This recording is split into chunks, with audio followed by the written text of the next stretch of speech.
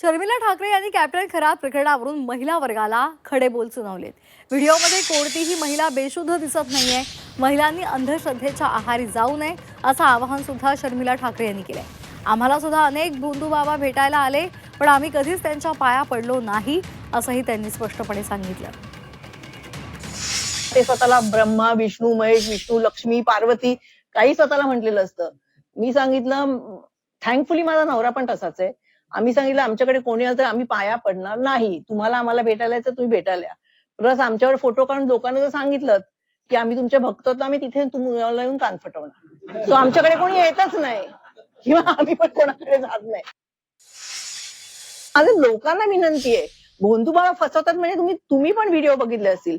कोणती बाई बेशुद्ध दिसते हो तुम्हाला? काय म्हणजे काय चाललंय, आपला समाज कुठे चाललाय? म्हणजे आपण महाराष्ट्र हा समाज सुधारक किती लिस्ट आहे हो आपल्या, संतांपासून हुशार माणसांपासून सायंटिस्ट पासून साहित्यिकांपर्यंत. काय म्हणजे लोक वेडे झालेत का काय कळत नाही मला.